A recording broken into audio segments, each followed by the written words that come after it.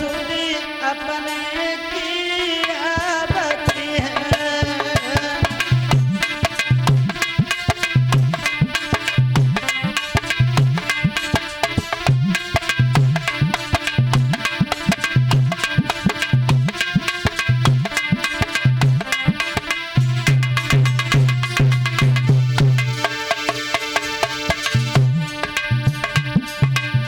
जवाब दिया है, कहने लगी है मैया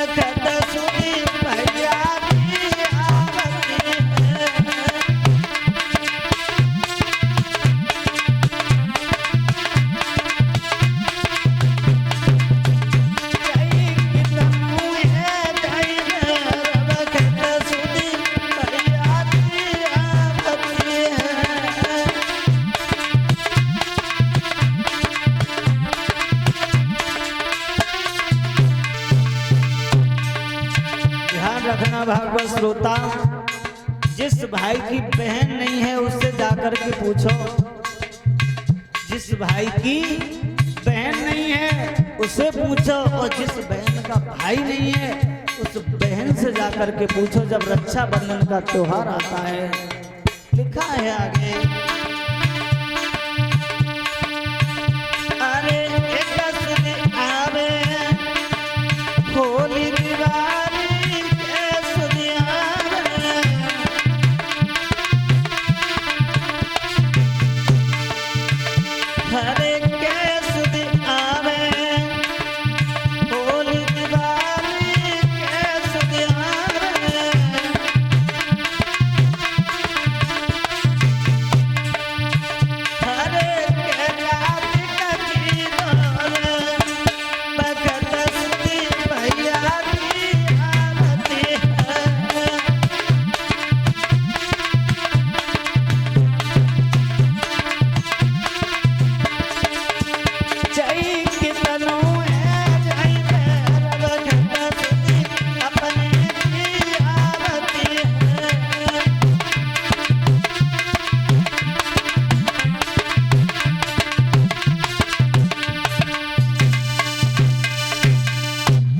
जवाब दिया है, कहने लगी है वो मैया बेटा क्या बताएं हम तुम्हें, तुम अगर हमें छोड़ करके चले जाओगे तो हम किसके सहारे जिएंगे।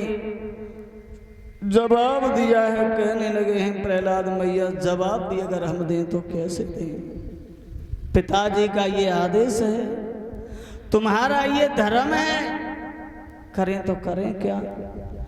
आज वही जहर प्रहलाद ने लिया, भगवान का नाम लिया है, भगवान ने जहर को अमृत बना दिया। प्रहलाद हंसते हंसते जहर पी गए। इधर जब जहर पी गए, इधर हिरण्यकश्यप ने विचार किया है चलो चल करके देखते हैं हमारा दुश्मन मरा या नहीं मरा। नौकर साथ में है, और जब नौकर साथ में है तो आगे को बढ़े हैं, पहुंच जाते हैं। जवाब दिया कयादू, क्या प्रहलाद मर गया। कयादू ने दोनों हाथ जोड़े, माफ करना महाराज, हमने जहर दिया लेकिन प्रहलाद मरा नहीं। नौकर कहने लगा देख लिया महाराज, अरे तुम्हारी स्त्री ने जहर दिया नहीं होगा, झूठ बोल रही है। हेड़ा कश्यप कहने लगा है, चिल्ला काहे को रहे हो, कोई बात नहीं, कया दूं वो जहर वाला पात्र कहाँ है। कया दूं कहने लगी, महाराज ये है, आज वही जहर लिया है, नौकर से जवाब दिया है, अगर हमारी स्त्री ने जहर दिया होगा तो ठीक है, और न दिया होगा वो भी मालूम पड़ जाएगा। ये जहर में ज्यादा नहीं, 2-4 बूंदे पी जाओ से। नौकर ने दोनों हाथ जोड़े जवाब दिया, महाराज हम तो ऐसे ही कर रहे थे, हम नहीं पिएंगे ये जहर। हेड़ा कश्यप बोला, हमारा ये आदेश है, तुम ये जहर पी जाओ। तो बताया ये जाता है, बहा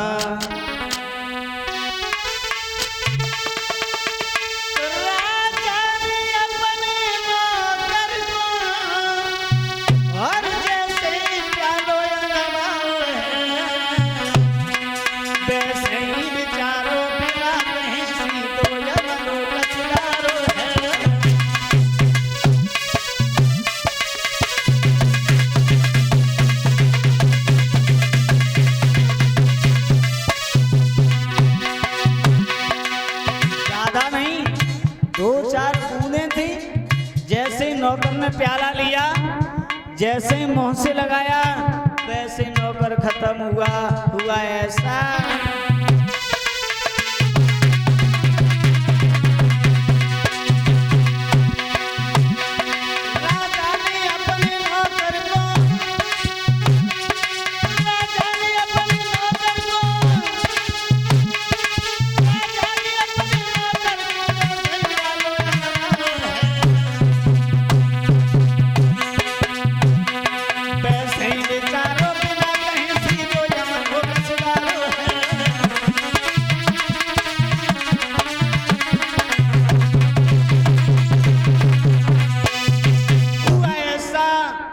आज नौकर ने जैसे जहर लिया वैसे सीधा खत्म हो गया।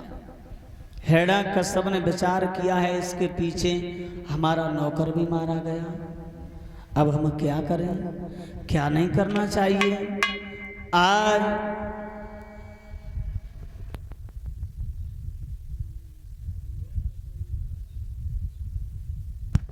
इधर हुआ ऐसा, बहा जब नौकर खत्म हुआ है तो हेड़ा कश्यप को क्रोध आया, जवाब दिया, अब तुम नहीं बचोगे प्रहलाद। जल्लादों को बुलाया, जवाब दिया है, इसे ले जाओ और ले जाकर के सर्पों वाली कोठरी में बंद कर दो, क्योंकि इसे मैं जिंदा देखना नहीं चाहते हैं। सर्पों वाली कोठरी में बंद किया। सर्पों ने देखा है ये भगवान का भक्त है, हम इसे खाएंगे नहीं। एक सुंदर फूल का हार बन करके गर्दन में लटक गए। सुबह जब कोठरी को खुलवाया है तो हेड़ा कश्यप ने देखा प्रहलाद जीवित है।